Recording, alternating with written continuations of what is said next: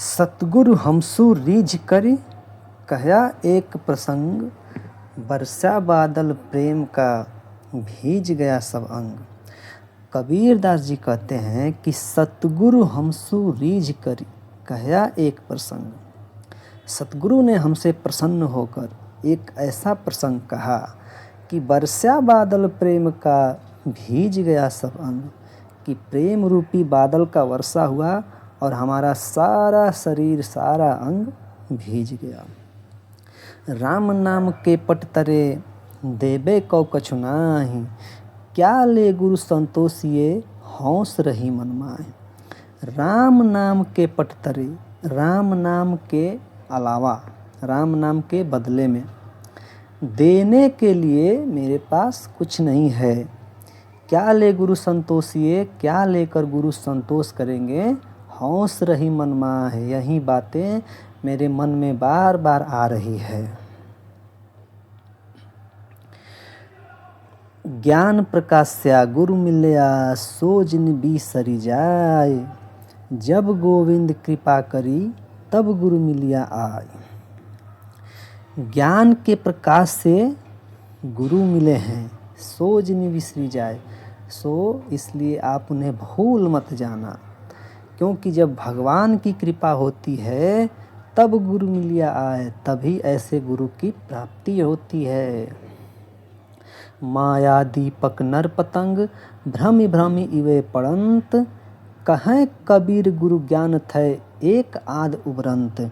कबीर दास जी कहते हैं कि माया दीपक, माया रूपी दीपक के पास नर रूपी कीड़े मकोड़े, नर पतंग मतलब नर रूपी कीड़े मकोड़े, भ्रमि भ्रमि इवे पड़ंत, घूम घूम कर वहीं पर गिरते हैं। फिर कबीर दास जी कहते हैं कि कहें कबीर गुरु ज्ञान थे, कि जिन लोगों को गुरु की ज्ञान की प्राप्ति होती है वहीं एक आध बच पाते हैं। जब मैं था तब गुरु नहीं, अब गुरु हैं हम नाही।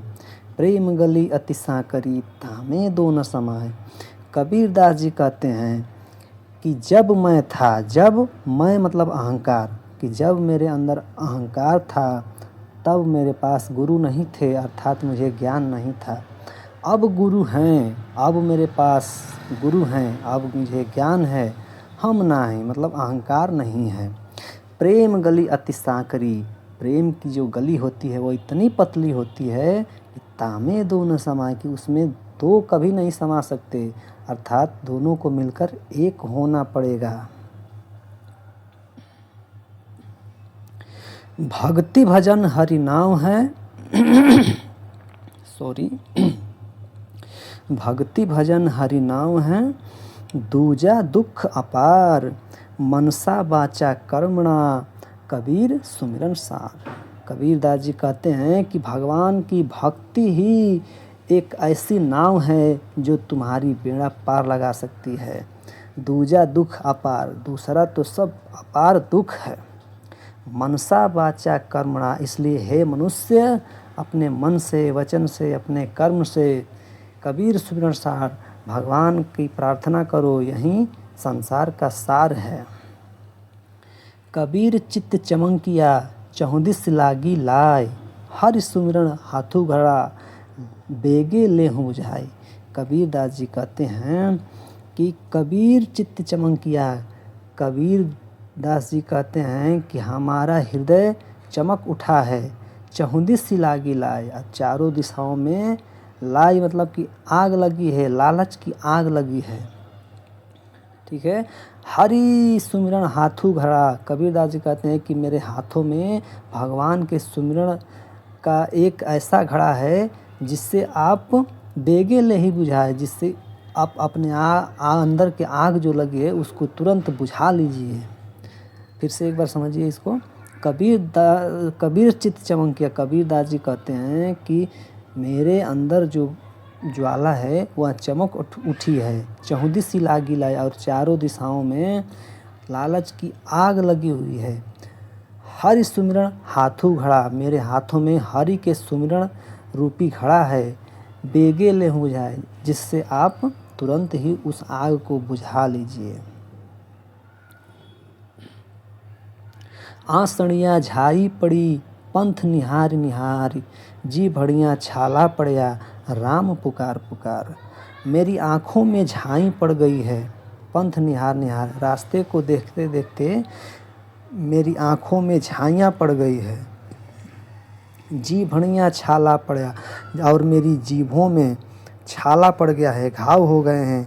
राम पुकार पुकारे, राम का नाम पुकारते पुकारते मेरी जीभों में छाला पड़ चुके हैं। झूठे सुख को सुख कहे मानत है मनमोद, जगत चबैना काल का कछ मुख में कछ गोद। कबीरदास जी कहते हैं कि यह संसार झूठे सुख को सुख कहता है और मानत है मनमोद, और अपने मन में बहुत ही प्रसन्न होता है। जगत चबैना काल का, ये जो जगत है वो काल का चबैना है, अर्थात काल एक दिन सबको खा जाएगा। कछ मुख में कछ गोद, यह संसार काल के कुछ मुंह में है और कुछ उसके गोद में है, मतलब सबका नंबर लगा हुआ है। जब मैं था तब हरि नहीं, अब हरि है मैं नाही, सब अंधियारा मिट गया जब दीपक देखा माही।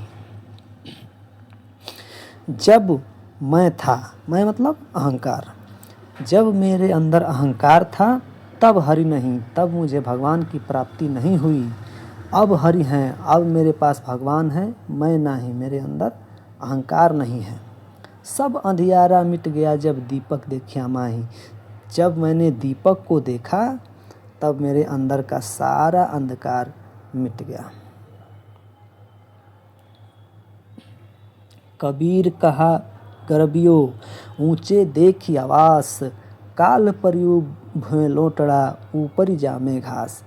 कबीरदास जी कहते हैं कि आप खूब गर्व कर लो गरबियो, खूब गर्व कर लो, ऊंचे देखी आवास, ऊंचे ऊंचे आवास को, भवनों को देखकर खूब गर्व कर लो। काल परयु भुएं लोटड़ा, उन सबको कल परसों भुई मतलब ज़मीन में लौट जाना है। ऊपर जामे घास, और उसके ऊपर घास ही जम जाएगी।